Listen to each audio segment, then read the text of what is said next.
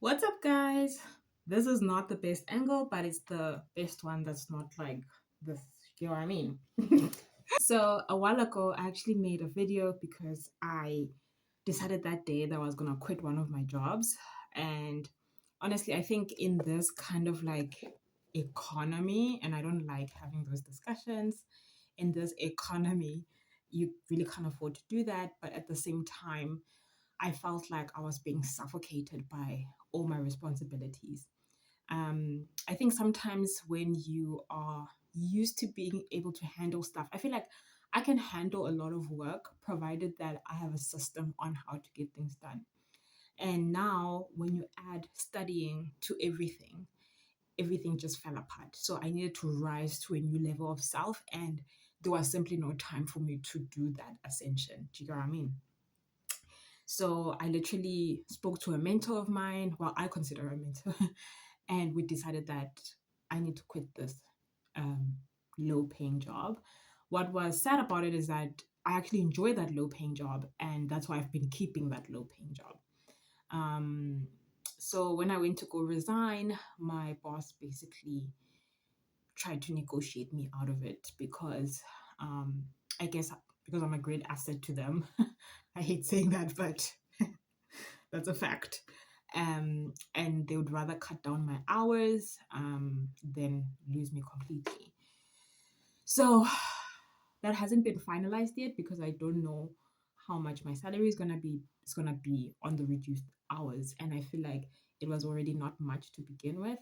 However, if it does cover my study fees, because I calculated that if I left that job and I remained with my first job, then it would be fine to cover all my expenses, but it wouldn't leave me much room to pay off my school stuff unless I started a business like a tutoring business, because I would have now all this time to do that.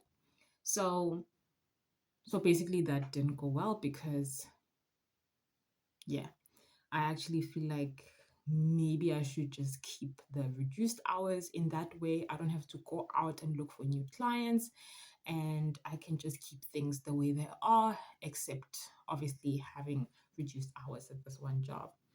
So as you can tell, it's just been a lot of like adult stuff. And the more I go through it, the more I'm just like, I'm um like, and it's gonna sound bad because I was gonna say I'm not mature enough to deal with this stuff.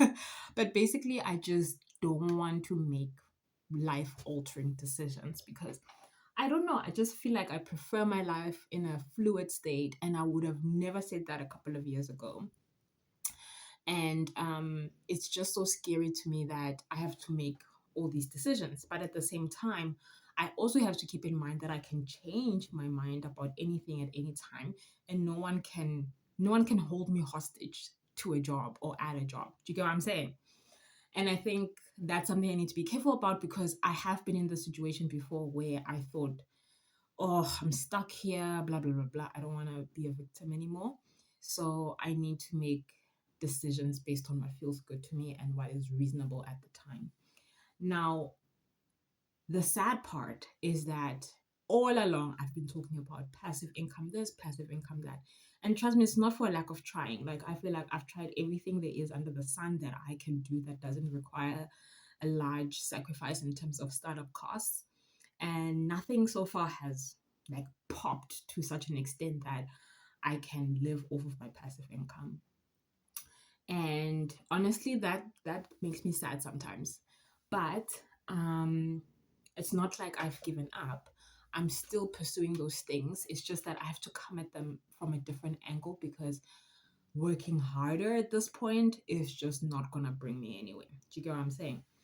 Another thing that's also changing in terms of freelancing, work, and money, and all of that stuff is the fact that I seriously don't have time to be doing freelancing right now, which sounds terrible because freelancing gave me the biggest liberation I could have ever asked for because it made me feel like I don't need anyone or I don't need to keep applying to jobs that don't get responded to. But right now, I just seriously don't have the capacity. So I'm looking to like outsource majority of my work because I feel like if let's say a job is like 100 rand and I give someone 30 Rand and I'm left with the 70 Rand because the 30 Rand will be up to them. I'm not going to tell people how to price their things.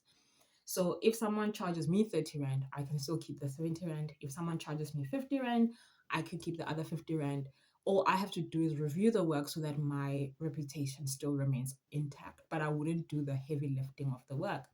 For example, in December or now in February, actually, I had two meeting minutes back to back, and I just knew that I didn't have it in me to do the other minutes in full. So I hired someone to do the other minutes. I can't tell you what a relief it brought me to know that I don't have to do the other minutes. I mean, I was breathing normally for the first time in weeks.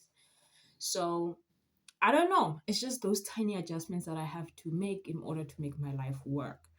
And like I said, this year I want it to be an enjoyable year, even though I am under an enormous amount of, yeah, I'm under pressure.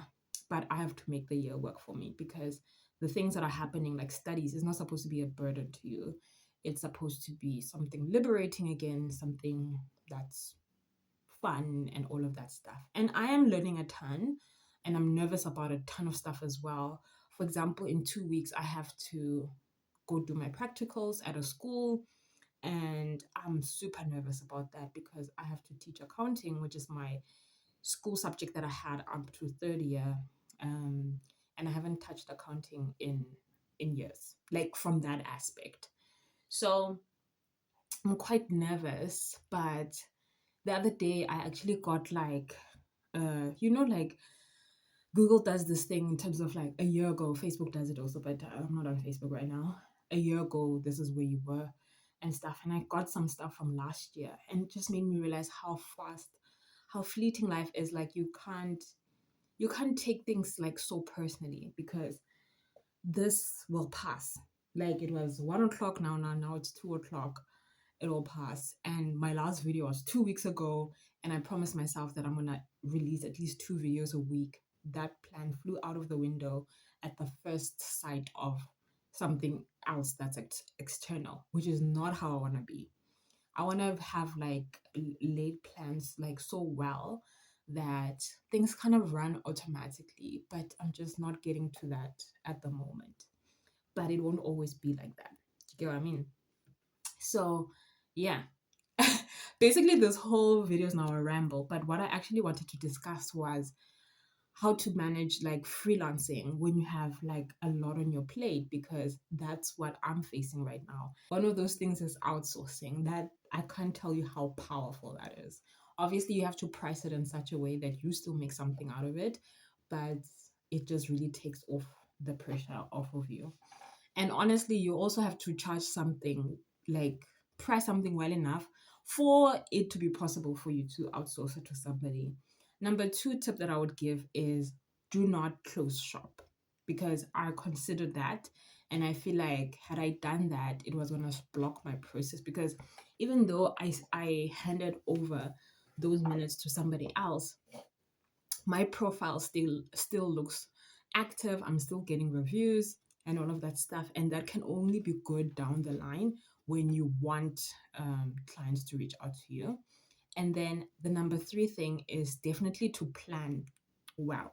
If there's time where you are like resting and all of that stuff, resting is really good. But if you are resting, but you're also productive, because I feel like there's two stages: resting and productive, and then there's resting and unproductive, meaning you burnt out, you can't lift a finger, like you can't do anything. Then you have to remain restful or resting during that time. But if you are resting and you are productive, take one more thing off of your to-do list, something that you can't avoid, and so that you can make time for future things that might come knocking on your door when you are at full capacity. Do you get what I'm saying? Yeah, I think that's like so important because it will help you keep your doors open. It will continue helping you with building your profile. The profile is everything online, honestly. And it will just like still keep you in the game. Do you understand? For example, I have this recurring client that I signed in January, and there was a few times during February when I wanted to quit from that client. but I'm still there because I found a way to actually make sure that I get his work done and also my own work done. Do you understand what I'm saying? But studying, honestly, at this stage in life, like, I, I don't want to say it, but it's been way harder than I thought. Um, but I'm still glad I'm doing it. It was my choice to do it. And honestly, I think my entire 30s is going to be like academics, because that's something that I missed out on in my 20s because of the fact that I didn't know what it is that I wanted to do. Now that I know what I want to do, I can pour all my energy into it. Do you get what I'm saying? Yeah. Anyway, so just upcoming. Right now, such a stressful time because, wait, how long have I been talking? My word, like, I can't believe this. Anyway, so right now it's like test times, right? At both my schools and then also at my school. Like, I have to submit a bunch of assignments and I have to prepare for exams for the first semester. Then after that, I actually want to publish a few things, like just some teaching resources that I've been working on for ages.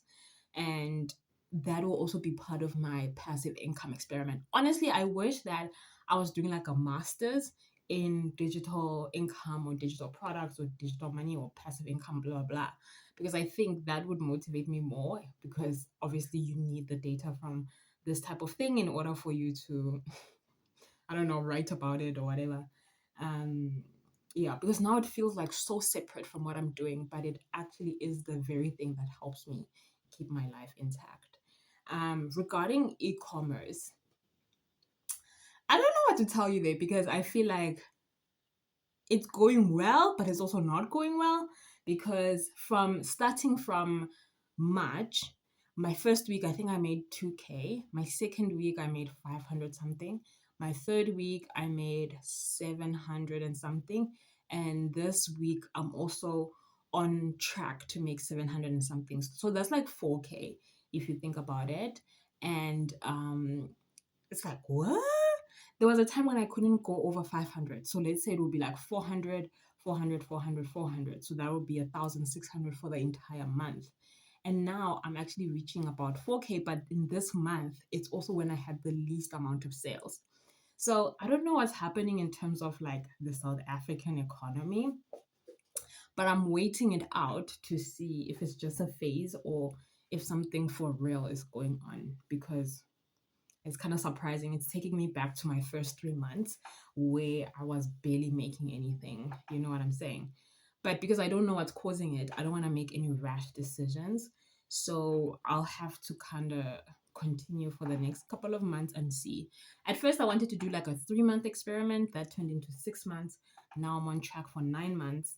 And I want to see after a year, like, where I'm going to be. So yeah, that's super, super exciting. Yeah, I think that's it. Like, oh my word. I should call this now a life update, because I deviated very far from what I wanted to talk to you about. Okay, this is the angle I was trying to avoid, but we're here now. I think I wanted to close off the video by saying that the bottom line is that you can still do side hustles, but I can't tell you how crucial time management is.